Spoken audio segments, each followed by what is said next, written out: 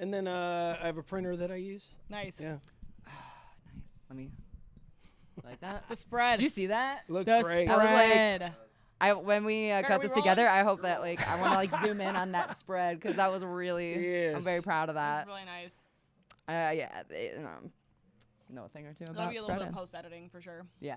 Just get in. Yeah. Get out. Absolutely. And we have our photo from earlier, our memory that Looks we can good. look back on and Looks reflect. Very good. cute. We should get a Polaroid camera for the studio. Honestly, Yeah, that'd we've be been sweet. sleeping on I bought that. one of those Yeah. like the Fuji X ones, like the fucking rip off ones, and Heck it yeah. literally bought it and it broke immediately. It never Oh, worked. yeah, it's I was not like, good. you fucking bitch. It'd be so dope. Yeah, we can just. Yeah, it'd be Flash cool to them have all like a little over. collage. Yeah. Yeah. For sure. Yeah. We'll do that. Here, wait. Let me get the. The moment there. Yes, the moment. The moment there, because we are sitting here today with Jade Ring. Yay. Howdy. Hey. Welcome. Thanks for coming. Yeah. Thanks for having me. This is awesome. Hell yeah. I mean, there's a lot to be see here. Yeah, So I'm there is a lot to be said really here. wondering how we're going to pack a punch and genuinely, we're going to try to keep it to 40, 45 minutes. Is this the first time you've ever had an interview with someone in a ski mask? I would say yes. Oh, yeah. Okay. I would say yes. Good. Correct. That's correct. Good. Yeah. Is it, Jerb? I think so. Yeah. I think so. Okay. Yeah. Did you? I'm happy. Yeah. Did you? You know they're also being referred to as shiesties now. No. They have a secondary term. I've never heard that in It's my life. Super trendy. Super trendy. Actually, the kids are like, you did that first, and now the kids are like, they're calling them shiesties. I've never heard that before. You I know? feel like a shiesty's like that's like a that's has a bad connotation to it, right? Like I you're being have- shiesty, like Yo, you're that- being that's shy. how I know it. Right, yeah. Yeah, but this is a Well, different thing. Well, Right. I mean, And that's with a like, ski mask, I'm not saying I'm shiesty. No. But I mean, there's an implication. But when the there. mask, maybe, but when the mask comes on, maybe there's some mischief. yeah. And that might that's probably better. mischief. Yeah, okay. I Yeah, like yeah. mischief. I like it too. some mischievous behaviors Yes, happening. which I'm known for. Yeah. But there's no anonymity with you because simply put, your name is on your cheekbones. Yeah, it is. Well, that's the funny thing is, you can have you can do whatever you want. Like as a human, right? Like in general, period. I know Full that's a stop. big statement, but with your masks, you can have fun with it. You can bring some color into maybe something that's off-putting for people, because I think the ski mask might rub people. Like people look at the ski mask and they're like, what's that? Like I don't know how I feel about that. It's like Yeah. a burglar. Yeah. I'm like, Shiesty. I'm not like, but no, I started wearing the mask because, I've had my photo all on the internet for like 25 years. Like this goes back to MySpace, LiveJournal, and as I learn more about AI and how AI is, using people's resemblances for different purposes and different things. And it just picked up momentum last year. I just started wearing a mask last year because I do have my photo taken and it is put on the internet, even though my footprint is so small on the internet, and on purpose. Yeah. But I do it because I don't want my image or my human likeness, like who I am as a human, because it's like that's private. I'm a very private individual. I think anyone that's known me over the years will say oh shit, yeah, he's super private. So I don't know. It's just a way, and I do all different types of masks, not just the ski mask, but it's You just talking about the pig mask earlier. I did the I did the pig mask. That's the rubber one, right? Yeah. That sounds terrible. Super sweaty. Super fun. no aeration in that. No, it's cool, man. But no, what it's all about for me is I'm an anti-AI artist. Fuck yeah. And so that is the reason for the mask. I'm not trying to scare anybody. And I try to color coordinate. I try to do Yes, I come just on. do all different things. I don't feel So- scared. Okay. I'm not scared. I feel Me either. feel Good. very good. Even with the cult leader. Yeah. No, Okay. honestly, So good. Okay. it's very I'm approachable. following. I'm following. Thank you. This is definitely, Thank you. if you guys are listening to this, by the way, this is definitely an interview you might want to go to YouTube to watch Yeah. as well, because there's going to be there's a lot going on, especially wait till you get to the performance. Yeah, that's here. definitely one that you want to watch for sure. I don't want to even spoil anything. Yeah. Oh, Thank you. I said it earlier though, but I'm like, I think that might be my favorite performance we've had for sure. Thank you. It's and that's tough because we've been doing this this show for This episode all day this- in this film, bro. we have been doing this episode all day. That's true too. That's true too. Yes. But I mean, we've seen so many performances, and Yeah. it's like to be caught off guard Yeah. completely. Like during that hasn't during happened in a performance. while, Yeah. so thank you for bringing that little pizzazz. Yeah. Awesome. It's definitely a part of, I think, your entire messaging that like you can see all these different spokes of who Jade Ring is as an artist, as a performer, and you have these different outlets of creativity as well. It's just like mind, body, soul, like everything. And in just this short amount of time that I've known you and seen you. So like take it back for us. Let's start from the top. I know that you've been in the industry for now like Quarter of a century. quarter of a Wow. century. That's Yeah. fun to say. Yeah. I That's know. It's also like really weird to say.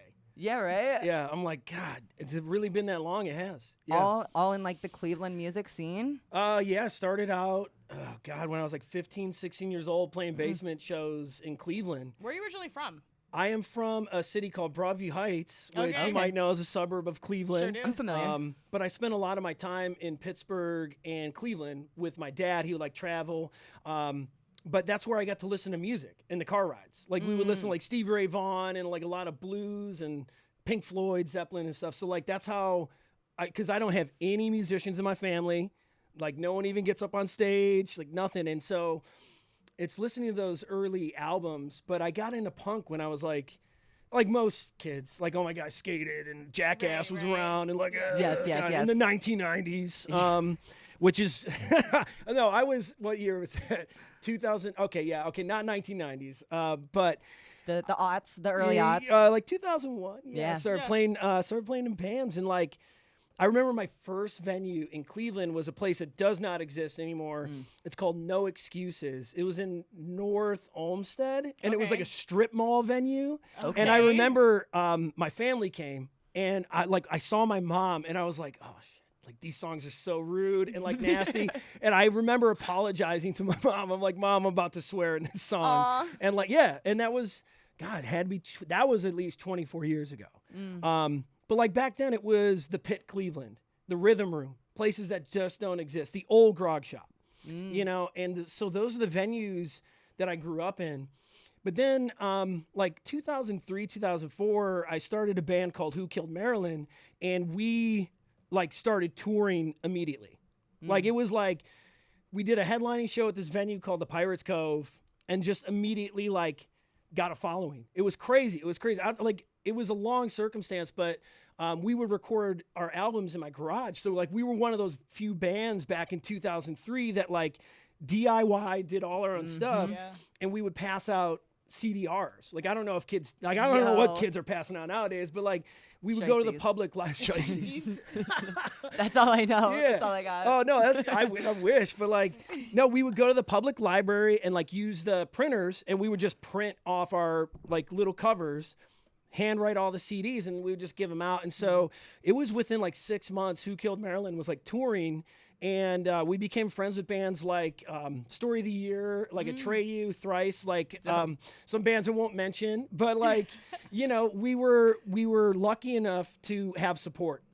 And so like, it was crazy. I tell people all the time when we toured back then, there was no internet. Like we did have like AOL dial-up, but we would have to go to the library to like search for venues. And then me and my best friend Rick, who is in Who Killed Marilyn, we would go in my parents' garage, pick up the corded phone, and call these venues across the country and be like, hey, so we're this like punk band from Cleveland, and like, and so we did that for years. And we would tour without, like, there were no GPS. Yeah. None of us had smartphones. We had my like God. big binder MapQuest. maps. Right. Yeah, MapQuest it was for crazy. days, yo. So like that was, it feels like a different world. So when I say like, I've been playing for 25 years, like I think since COVID, time has been compressed for a lot of people. Yeah. So much. But when I can look back at that, I can compartmentalize chunks of time. I don't know what those time periods are. Like the years are fuzzy, but definitely like, oh my God, I was so young back then. I had like shoulder length pitch black hair, and then I Nice. buzzed the sides, Come on. diamond Look at the part, look at the blonde. part, I know yeah. that's Oh, right. it was crazy. It was crazy. Pics, But pics. so so that band was like during the MySpace era. We put out some pretty successful albums. We won Scene Magazine Best New Artist in 2006. Nice. But then like most young bands, like we got into some fights and like, you know, we had to go separate ways. That was it. And so I took a little bit of time off, like just a little bit of time. I was doing live music for George Clinton. So George Clinton P-Funk, I was doing his monitors. I was like 20, I must have been 21 or 22 years old. And I was on tour with George Clinton. And I did like a summer run with Parliament, and I was just doing his monitors. And then I did Mickey Hart from the Grateful Dead. Nice. Wow. Yeah, like that was cool. I remember one of the coolest things I did back then was on one of the dates, I woke up early and ate with the crew, as you normally do. And Les Claypool, who was like one of my favorite musicians ever, was just sitting by himself, just eating cereal. It was like 5:30 in the morning. Just eating cereal. And there's no way he woke up. You know what I'm saying? Like he was just up. Yeah. Right. So like he was just eating cereal, and I just sat next to him and, you know, just said a couple words. But like as a kid, I was like, dude, I listen to Primus all the time. Yeah. And so I think about those eras, but I like was so hungry to continue playing music because I was like, that's just what I do. So then I started this acoustic band, actually with your uncle's help. You know, Shout out, your shout out Uncle Noah. I was like, Noah from Solipsis. This is it. So I started bartending at a club called Peabody's. So a lot of people in the Cleveland scene remember me as the bartender at Peabody's. Like they remember that era because that was like a highlight era for a lot of people. right, yeah. And so it was at that time I started a record label called Ghost Laboratories. And this is like right when YouTube like became a thing. So I was making like, I guess kids make short form content now, but I was making like 3-minute videos that are like just absurd. You know, I had a software called Windows Movie Maker on like a really crappy like laptop, and I would just make these horrible videos, but it was a way to like connect with people and like, you know, build a following. So I'm doing the Peabody thing. I'm talking to musicians. I, you know, haven't played a show. I didn't really start a band. And then I was like, you know what? Let me try acoustic. I have terrible stage fright. To this day, Would never know.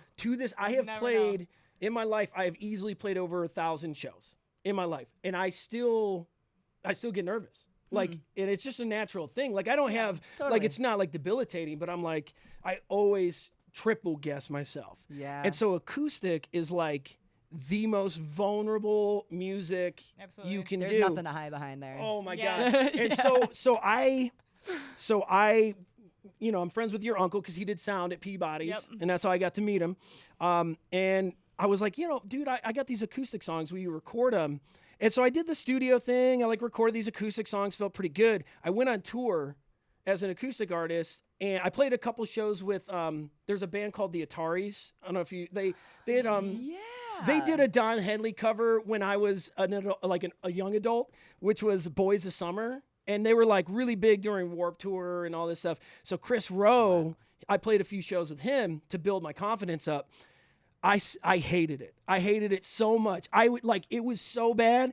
I was on tour in Florida, and I was like playing these like little like grotto like grove shows with like old people, and I'm playing this like heavy emotional shit, and I'm just like, this is just what am I doing, dude? Like, they hate me. Like, what am I doing? And so eventually I just put like a couple Johnny Cash covers into my set, and like that just, you know, that kind of saved it. That'll win them over But always. but I had so I came back home from that tour, and I played a show, and I had so many people there.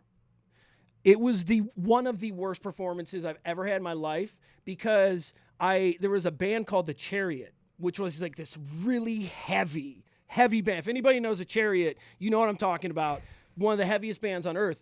I made one of their songs an acoustic song, and I was like, I could do this. I could pull it off. 30 seconds into it, I was like, no, this is terrible. And so like, I would not pick up from that show, it must have been over a decade until I picked up another acoustic guitar. Really? Yeah. Damn. So I go, all right, I can't do acoustic. Let me start a band. So I started a band called The Missing, which is I guess now a lot of people, you know, look back fondly on what we did, but it started out just like almost like City in Color, if you know City in Color. Fucking love. That was my first concert I ever went to. Oh, beautiful. Yeah, Yeah. yeah. So like it started out like a lot like that vibe. Really? And yeah. So all self-recorded.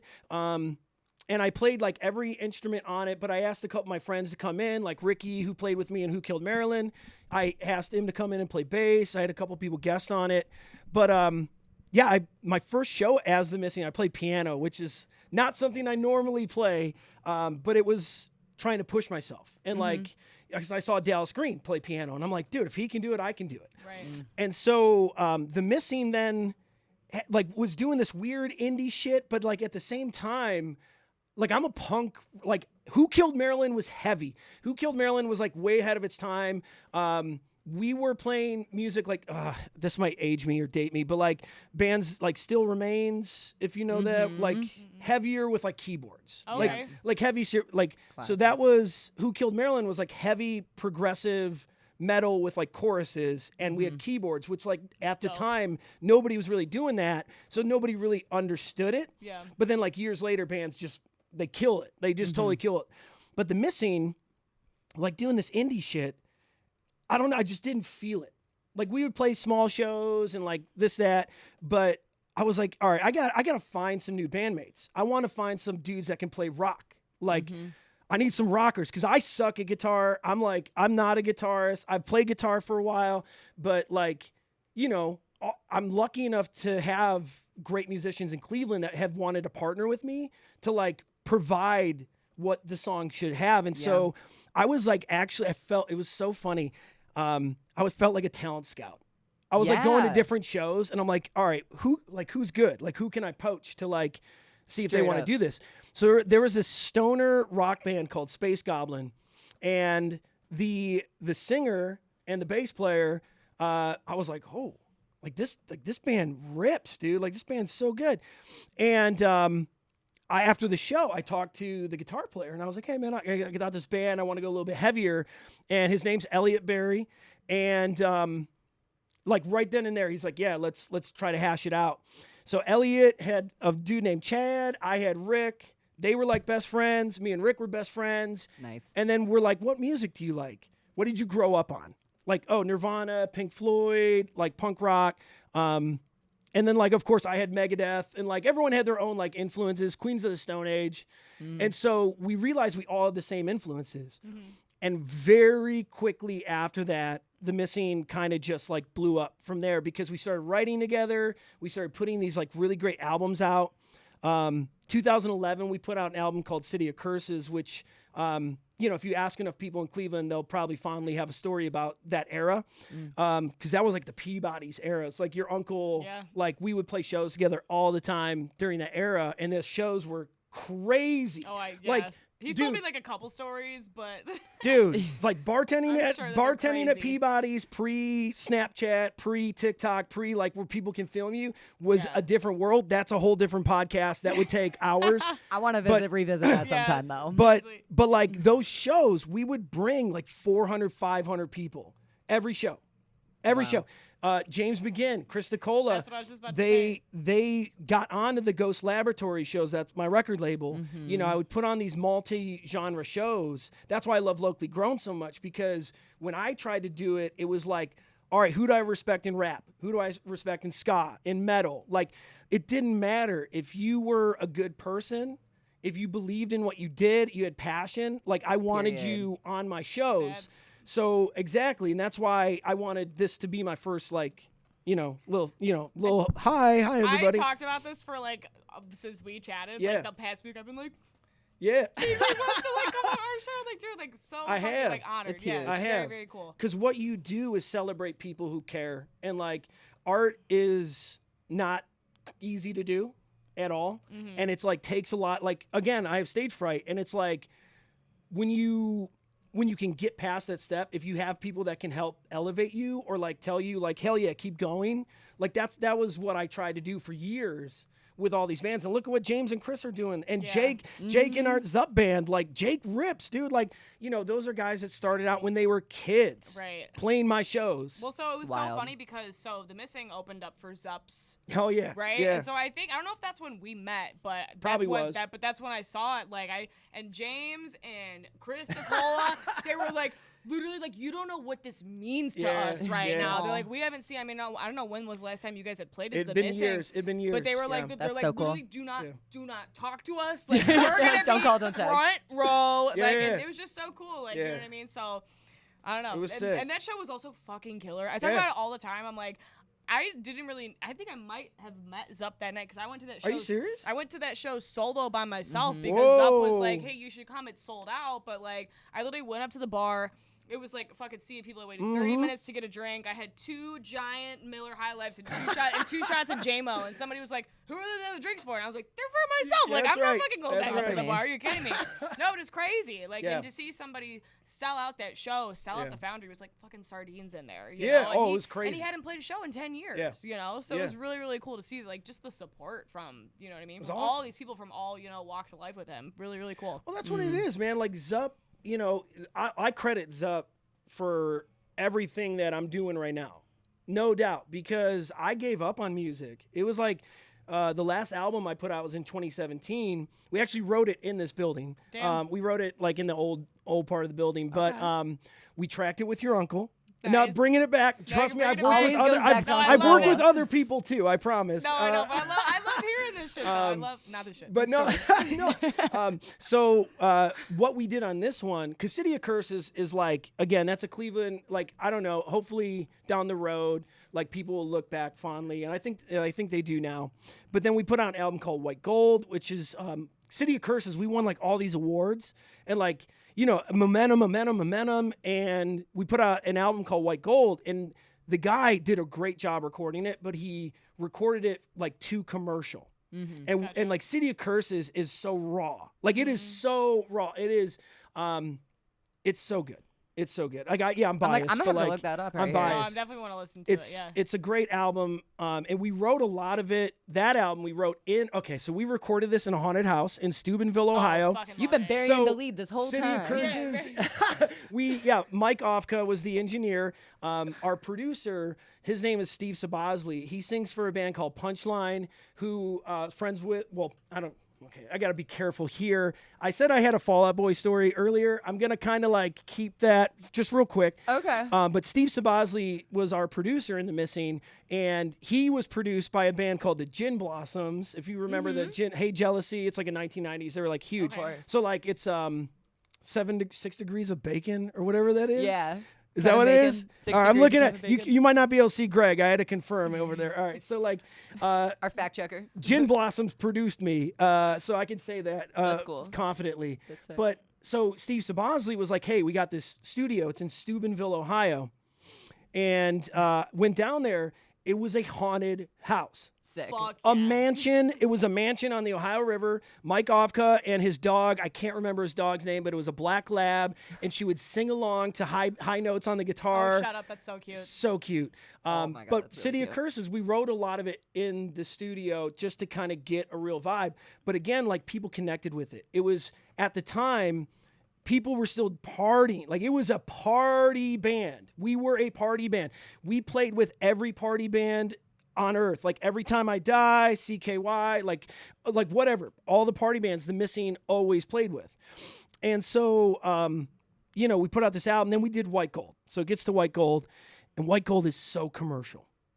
It's so commercial because people thought like we were going to move into a record deal. And I'm like notoriously like anti-record companies. I'm notoriously like anti-management. I'm firmly independent, firmly DIY. So like, people thought we were going to go the radio route, and it was a very personal album for me because I am a recovering alcoholic. Like, I just said, yeah, we partied like a motherfucker. We did, but I was like the instigator, and so I had a problem. So I wrote about that on that album, and like, people were like, ooh, like, it's heavy, but it's not like party. Yeah. And I'm like, switch up. I'm like, okay, well, people didn't really like it. We took some time off. We're like, You know, we were playing shows and like we were doing like Chicago and like, you know, regional stuff. But again, like I'm firmly anti-management. So we passed up on a ton of opportunities, but we took some time off. The other guys were doing their bands. Like they had some side projects, but I was just done. I hated the music industry. I was like, because I am, if anything, it might be a negative. Like I am so firm in my beliefs on a lot of things that like I could come across as a dick, and I get that, but like it's not like I'm not trying to be. Like if people want to go for record deals, they want to go for management stuff, like hell yeah, do it, dude. But I'm such a freak and like a weirdo that I'm like, okay, Radiohead. Oh, wait, no, that's creep. Yeah, I feel like it's not necessarily that you're anti this, anti that. It's that you have a vision. Like there's a specific vision in mind, and you won't compromise that. No, that's right. I feel like that's super, super hard to come by these days. Yeah. You know? Well, you think of artists and like, what's the first thing that comes to mind when you think of someone like Prince? Like, do you have an image in your head? Like, you don't have to describe it, but like, you know Prince. Yeah. And like that, true.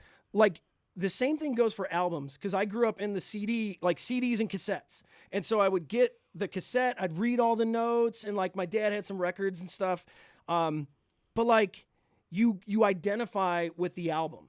And so when Who Killed Marilyn wrote an album, it was an album. It had a theme the whole way through. The imagery, our live shows, music videos, The Missing, same thing. Yeah. And so we did this album, and again, people thought it was commercial. It just wiped me out, and I was like, all right, well, I'm going to take some time off. We got back together in 2016, so I took like 4 years off, and the guys had a studio in the old building here, and I just showed up one day, and we're like, like, let's just write some music. Like, why not? Yeah.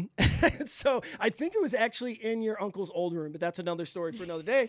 We took it over, and we wrote this album called They Live, which again, thematically, that was 2017. If you remember, pretty volatile time in the country. I am a political artist. Yeah. I am not ashamed of being a political artist. I'm not going to get either of you in trouble. But like, do it. When people say that music and art isn't political, I said, "You're like what? Like what planet do you live in? What do you mean? Everything in existence in a capitalist world is political." I feel very strongly about this. Yeah. We just talked about this. We just talked about because this recently. Cindy fucking Sweeney is dumbass. Oh, the jeans. And and she's like, exactly. as an actress, my art is not political. And we're like, girl, what? It is. If you have an amplified voice or a platform, it's political. Yes. But like, you don't have to be a dick about it. No. Right. And that's the problem. And that's the big problem, I think, is people live in silos and bubbles and all this stuff. And like, it is an echo chamber. Like, it's different realities because the algorithms that people are just addicted. And as an addict, like when I see people just doing this all day in every situation, I've been in the most beautiful cities on planet Earth with the most beautiful architecture, scenery. And you just got this, dude. Or like, for those who are listening, he's looking at his phone. Oh yeah, sorry. No, don't be sorry. But like the visuals. But like when people get addicted, like they are, and that's, I mean, it's okay. Like you didn't choose that. Yeah. Like you didn't choose to be addicted to do that to you. And people live in these silos. And so in 2017, it wasn't as bad as it is now, but there were a lot of things going on that I didn't like. You know, there was a lot of xenophobia, which I'm not cool with. And so we wrote an album about it. And so They Live, if you're familiar with the movie, is it is basically showing that there is a darker side to capitalism, that there is all of these subliminal messages, all of this marketing that we're force-fed. You know, we're the only country on earth that is fed this much marketing. Wow. You know, is this a documentary or something? No, it's a John Carpenter film. You should watch it. Yeah, Okay. it's called They Live. They Live. Oh, sick. Love it. Thank you. And so that's like the premise of the album, was kind of exploring this like duality that we live in, where, you know, we watch sports for entertainment. We kind of distract ourselves. And like behind the scenes, there's all these mechanisms that exploit us at the same time. And we're like too distracted to notice. And so that kind of like started back then with They Live. And then, you know, we took some time off. Like, again, we're all older at this point. Like My dudes have kids, like, you know, so we kind of just slowed down and stopped playing. I think our last show back then was one of my worst shows ever. It was at the Happy Dog. No shade on Happy Dog. I want to be Happy Dog is a great venue. Love it. Seriously, this was not a Happy Dog thing. What happened? It was the middle of winter on one of the coldest days imaginable. And you'll know the stage at the Happy Dog is right next to that door. Oh my God. Awful. Oh my God. Oh, yeah, and so like that. as a screamer, when in the missing, I scream a lot. If your voice dries out, you can't scream. Yeah. It has to be wet or lubricated or moist. I don't know if people are like my sister is offended by that word. People but use moist so is like upset. but like you know that show was the last one, and it was like my acoustic show where I said I'm never gonna play acoustic again. We played that show at the Happy Dog, and I don't think my bandmates knew it, but like that was my last show, and that had to be either 2017 or early 2018, and so I just stopped playing altogether. I went from 2018 to 2022 without touching an instrument, period. It was not a part of my life. I was doing podcasting. I was doing collecting and all this other like hobby stuff, bought a house and all this. COVID. Yeah, that was the thing. Oh, During that God. time. Remember that? Horrible. Exhausting. But I get a text from Brett Zupka, and he was like, Shout outs up. yeah, and Brett used to... The music, like, I could hear, like, the energy. I was like, oh, dun, dun, dun, dun, dun. Zup is reaching out. It's done. Yes. It's so, you know, I said the Ghost Laboratory shows were like these, you know, multi-stage, multi-genre. That's how I discovered Zup back in the day. This is like way back in the day. That's when he was still like, he had his head shaved and like would wear really baggy shorts and shit. It was awesome. Nice. But like, I knew he was special back then. Like, I totally knew this dude was like legit. He has a song that we don't play anymore, and I won't name it, but he knows what I'm talking about. But when that song came out, I was like, dude, nobody sounds like this guy in Cleveland. And I was already working with different rappers for my shows and stuff. But I started asking Brett to play the Ghost Lab shows. I put him on some of my compilations. Record labels used to make mixed CDs that would have like bands, and we would distribute them to the different fan bases. It's a whole thing. So I would put Zup songs on my comps. And one year I asked him to host. I said, will you host my Christmas show? Which was a big thing, you know, 400, 500 people.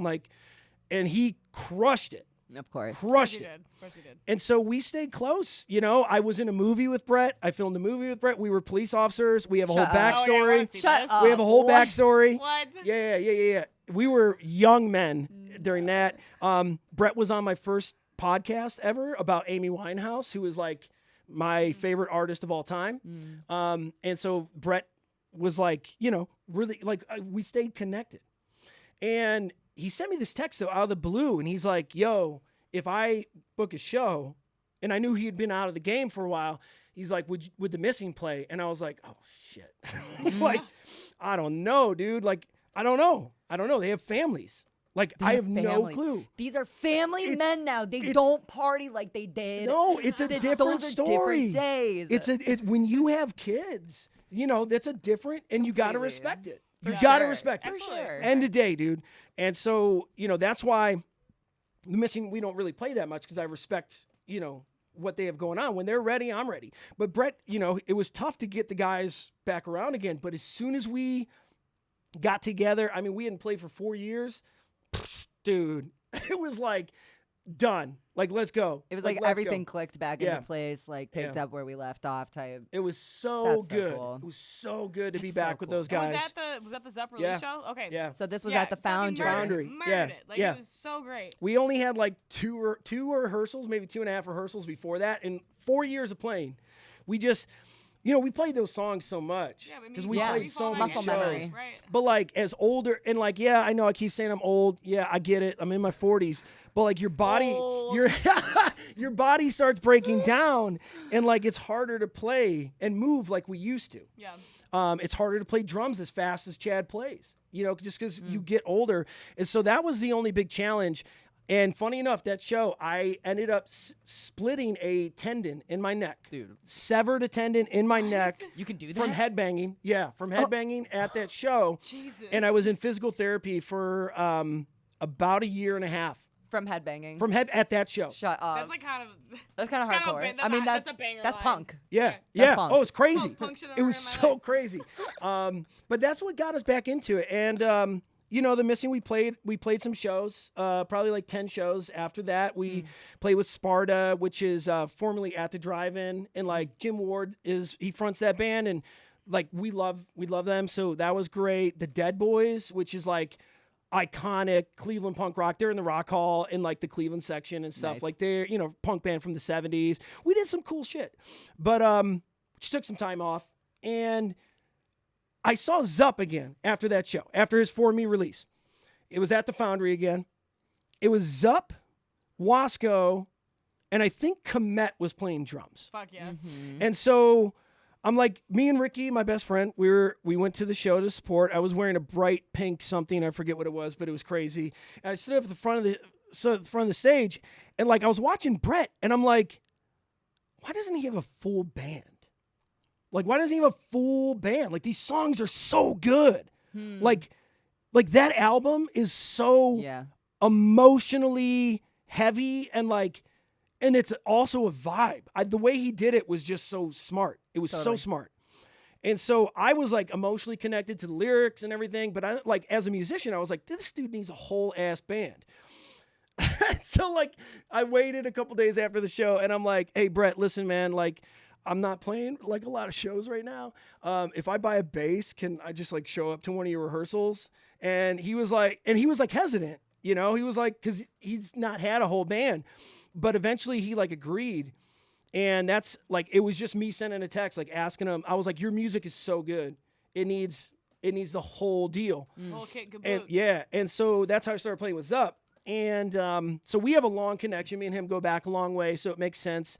It is okay. Like I said it earlier, I credit Brett with everything that I'm doing, period. Like all my art is because of him. He pulled me back in. He goes, I'm doing my first show in years. I want you dudes to play because like it means a lot for me to have you there. And I was like, oh God, am I getting older? Like, oh, it's getting so emotional. And like, damn. And so like, he believed in us enough to ask. And it's vulnerable to ask somebody. And so like, as you build that connection, you get closer. And I just got more confidence playing with Brett and everybody, and like meeting all the different guys in the Zup circle, like Greg. Like Greg's my homie, man. Sorry, like, Greg. How you doing, Greg? And these are good people.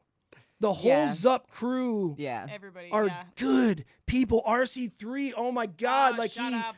He's like an angel. We don't have enough time to unpack tiny RC little theory. angel boy. But like, you know what I'm saying? And so like, I come from a punk rock scene. I come from a Cleveland music scene where there is just nastiness and like jealousy, bitterness, like bullshit, like scene drama. And I always hated it. Again, like I'm private. Like I'm not into it.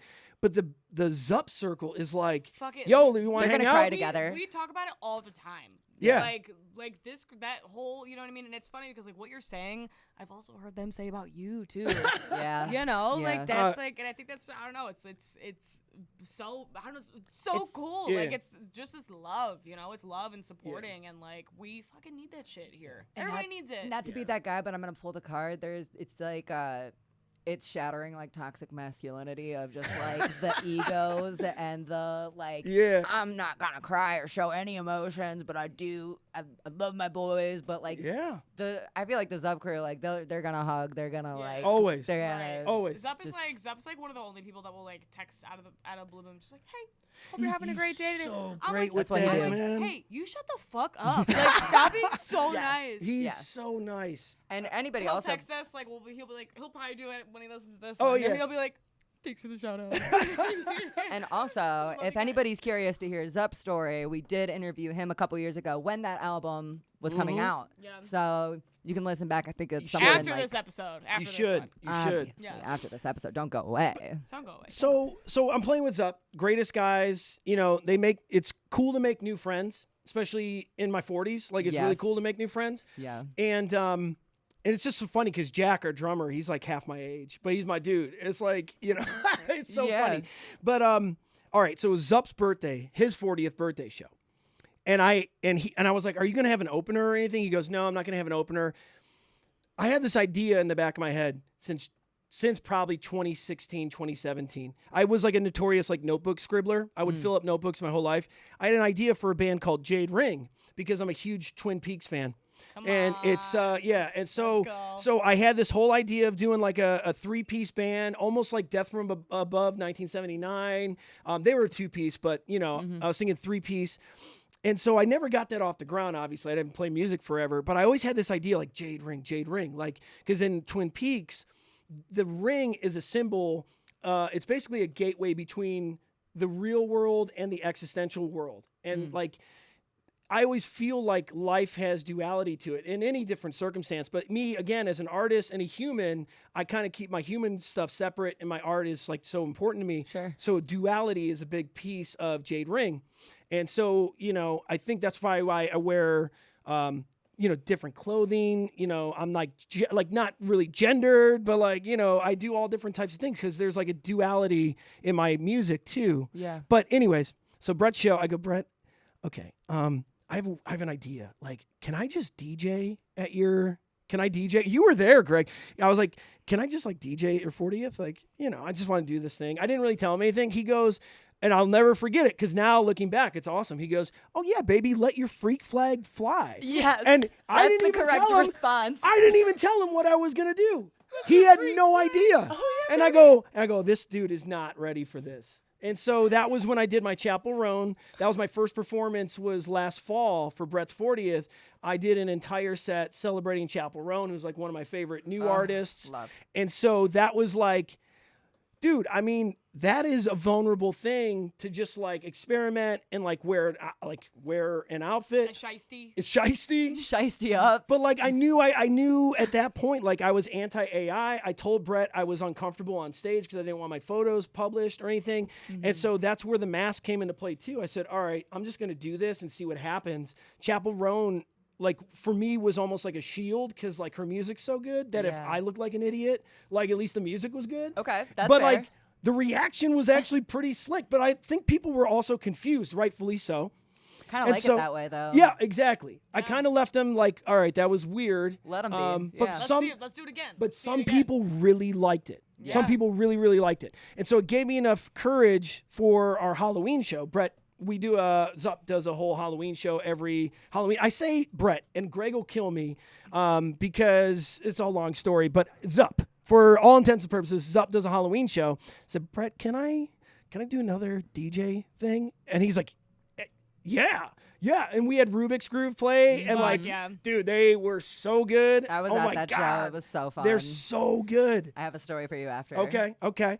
And so I did this set called "I Was Lon Chaney's Lover," which is a very obscure line from the Jackass movie. Dude, it is one of the most twisted lines ever in the context. But like Lon Chaney, Halloween, I was like, all right, cool. I had so much fun in that set because I gave out cups of Faygo and like it was so cool. Oh, yeah.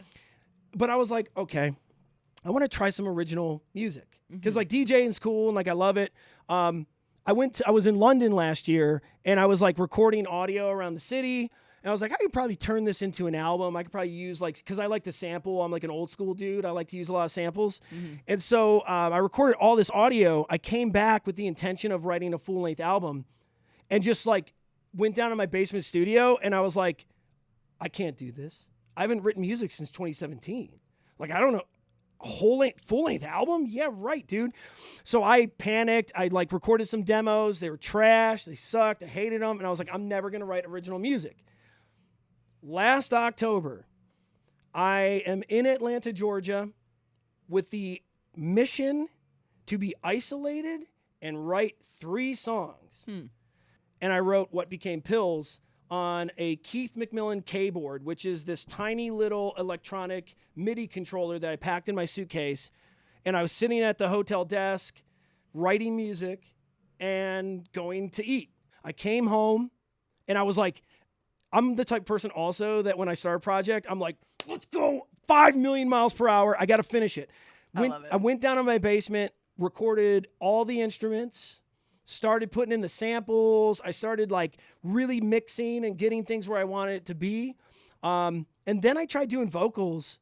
I was like, oh, no. Like, I don't have the nice gear. Like, I don't, like, to do vocals, you got to have really nice gear. Sure. So our buddy Chris DeCola runs Shout out Chris Signal Flow Studio. I Yes, said, yes. Chris, can you help me out? Can you record my vocals? Yeah. So we actually put the finishing touches late February. I mean, so I took some time off, but like this was literally like a project that I did within just a couple days. Like really, like when you think about it, like just writing it, and then everything against DIY, recorded it myself, and then went to Chris. But yeah, pills just came to me because, like I said earlier, I'm a recovering alcoholic, but I also have been written prescription medications my whole life, and I never took them because I was afraid that I would abuse them. And so I avoided it. And like, y'all, I was in therapy in the 1990s. I literally had a psychiatrist in the 1990s when I was a young trendsetter. person. Yeah, it was. I mean, back then Before it was like back then it was cool, just you know? depression. It Yeah. was just depression. yeah. But like since then, I figured out a lot of other stuff about me. But like I take so much prescription medication now because I finally gave in. COVID broke me. COVID broke me. I was so depressed. I was so messed up. I was just in like the worst place. So I went to my psychiatrist and I was like, let's go. Yeah. Sucks. Yeah. Almost 40 years on Earth. tough. I think I was like 37 or whatever. I am on so many prescription meds. It is insane. And here's the thing. Like, I'm not alone. So many people take so many different medications. Absolutely. And like, when I'm on a certain antidepressant that when you miss a dose for 2 days, it is considered equivalent to like a heroin withdrawal. Wow. And so this has happened to me twice in those years. And I never mess with heroin, but like, I can't explain to you how miserable of a feeling that is. And that's what the motivation was to write an entire album about prescription medication, legalize addiction in America. Yeah. Like how they because do I really need these? I don't know. But to get off of them is such a brutal process. Yeah. And then I'm like, if I get off of them, am I going to go back to being like I was? Like, it's such a messed up thing. And you ask your doctors the questions and, they give you the line like, well, I mean, it's my recommendation. It's like, fuck, okay. So again, I know I'm not alone on this because I work with people in mental health spaces and everything. So I hear a lot of stories. And as a recovering alcoholic, I've given speeches and like talked to people. So like I know what it's like. But now it feels like I go from alcohol to like these prescription meds, and it messes with you. Also, it's political. There's a lot of politics in this album. true. So if you're the type of person that feels that art Is it politics political? art is not political, don't listen to my Yeah, stuff. it's not for you. Please don't listen to it. I don't want you to listen to it.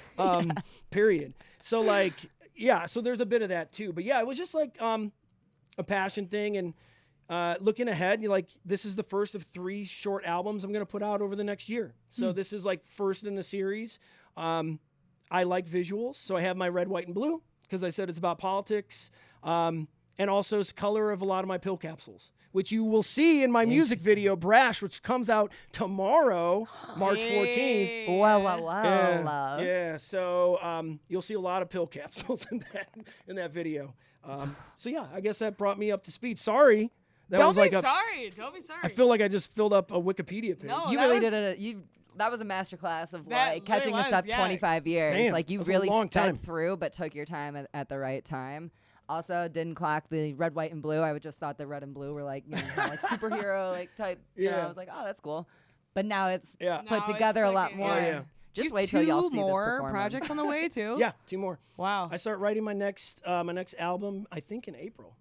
Coming back to the very beginning of this conversation, your vision it's really cool to hear how you've worked with so many people from indie to hard punk metal and all these different stages. literally. Yeah, yeah. No pun intended, on but Yeah, pun yeah. intended. Come You on like now. that? You Nice, like that? nice. All right, but now just you as a solo artist, like that. This is I kind of got chills a little bit here with this because that's really cool. Don't fact check me, but it's really cool to just have Jade Ring, the artist, and see Yeah. like what that looks like. And I'm really, really excited to hear the rest of this album Yeah. that's being released March 15th. Yes. The Ides So- of March. Yes. When you are now planning these 3, you said like mini albums for the rest of the year, how what's the connection between the 3 of them? Is there a connection between the 3 of them? Each one of them will be a different theme in my life. Okay. So, this one is heavily themed like a good album should be. Like an album should be. Agreed. You should, like, when you listen to something, it should, like, that era of a person's life. And so these 3 are 3 parts of my life, very personal parts of my life. Again, things that I think other people can relate to. That's why part of it's therapy. You just kind of get it out. The other part is, can you build connection with anybody? And if you can, like, that's helping someone else out, because they're like, someone helped put it into a way that made me feel seen or like feel heard. And so, yeah, my next one, like, only a few people know what it's called, but it's going to make a lot of sense when I announce it, which will be later this year. I still want to give Pills a little run and but I think I'm ready to start writing it because it's just, I'm in the mood. Let's go. Because I winter feel like you just winter started- has been long. You Oh just started my writing God. again in October, right? Yeah. Like, that's so cool. Yeah. Like, I don't Did know. it feel like the floodgates opened? like, It's scary. It's scary because you don't know how people are going to react. Like, people know my reputation and who I was, but like, doing Jade Ring, like, this is me. Like, this is my music. Like, this is something I've wanted to do for a long time, which is just free form. It's just free form writing. Is all it love is. that. Yeah. I just sat there and like, okay, I got this beat. Okay, just write in, and like, dude, I don't think I went back on any parts, like structurally. Yeah. I think just I That's listened to cool. them in the hotel room, and like in your hotel room, you just dance. Yes. That's kind of what I was doing, good and I was sign. like, okay, that I feel it. And so, yeah, I think it's just more of a vulnerability of like being nervous. What people, it doesn't sound like The Missing, or it doesn't sound like Zup, Doesn't have to. and it's like, and it's not 3 minute. Like, the song that I performed today was 8 minutes and 5 seconds. It's awesome. Just Fucking one It's song. a masterpiece. Just Like, one I'm song. like, And you so- you had to stick around for that one. But that's what it is. It's like, it's just free form. There's no rules. There shouldn't be. There shouldn't be rules. It's all you know? feeling. And so, the other songs on the album, I think hopefully will connect with people too. Like, that's what it's, they're totally different sounding intentionally, but thematically they all link.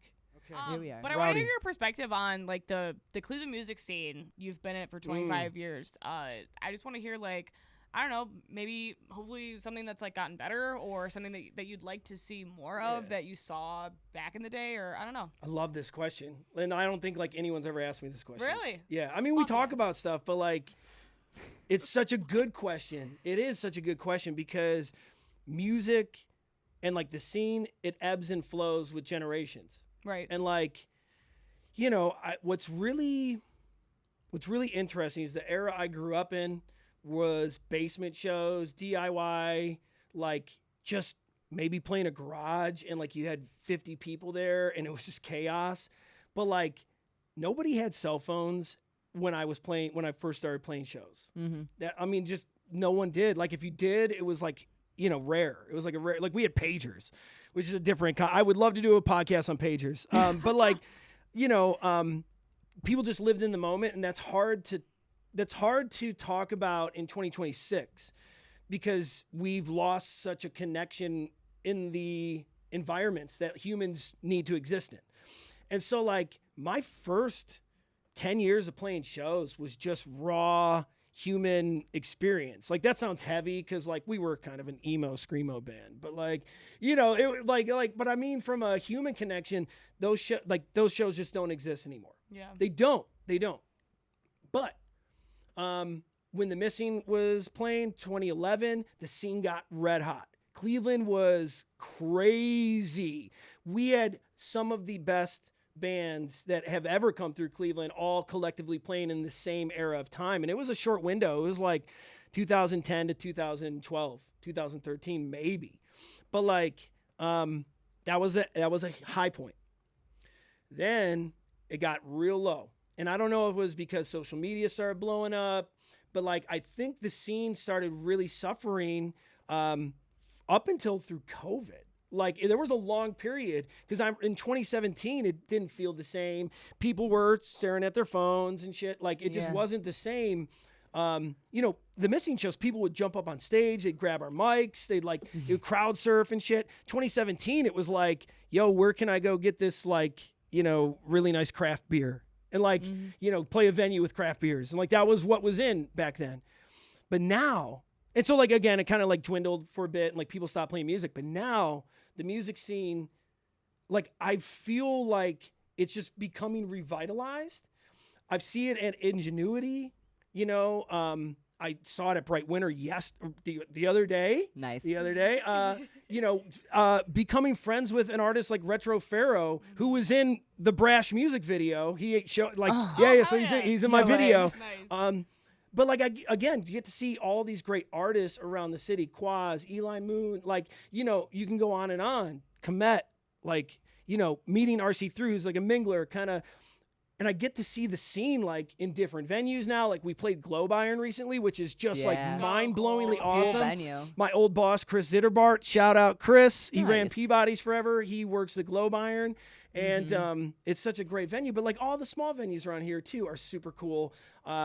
And there's just a lot of shows, which is like, I feel like we're back at a high point, but is it because the younger generation is like, no, I don't want to be on my phone anymore. Like I want to, so like I am going to these shows and younger people are like actually watching the show. You know, there's some environments that are just more hangout than others, and that's cool. Sure. But like, I don't know, are they rebelling against social media or like being constantly connected? So I think the scene is getting back to, it's never going to be dangerous again.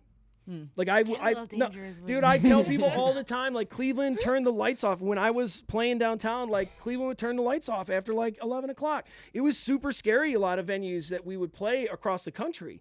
And like that shit doesn't exist anymore. So I don't think there'll ever be danger because of social media. People can just take videos and shit. Right. Yeah. But like, I think people vibing might be a thing. You know, I think that's coming back. I like that you're saying it like you're like bummed that there's not going to be danger. I have some stories. Unfortunately, there's no danger like it was, but you know, music should be a little dangerous, right? It like should be, like you go to a concert club. Remember when you were a teenager and you went to your first concert club? You got to have that because you need to get out of your couch, get out of your home. Right. Like experience what humans are supposed to experience because we are animals and like we need to exist in spaces with other animals. Period. And like, you know, if you lose that, then do you lose a bit of your soul? I don't like, and so I'm not telling anybody how to live or whatever, but like when you feel like you have a soul, like that's what it's all about. And so for me, music moves me. And right now the scene is like getting back to that space. Apostle Jones is like doing stuff that no one else is doing. Debut album coming out this month. I'm so excited about that. Dakola said it's like slamming, like really good. I can't even imagine. I can't wait. I was like, I can't believe that they haven't had a debut album. Oh, I know. Insane. I know. I was like, wait, this what? is I was like, what the fuck? There's like the community is just growing and growing and growing. Like more people are even a part of bands who are doing side projects that are absolutely incredible. And I don't know. It feels like a very creative, communal time right now. Yeah. And we need to just take advantage of that and jump in. Yeah. Dive. Yes. No jumping. We're diving. We're diving in. Jade Ring, thank you so much for coming here today. Also, once again, honored that you wanted to do this with us. You know, LoCLE Grown. Outski.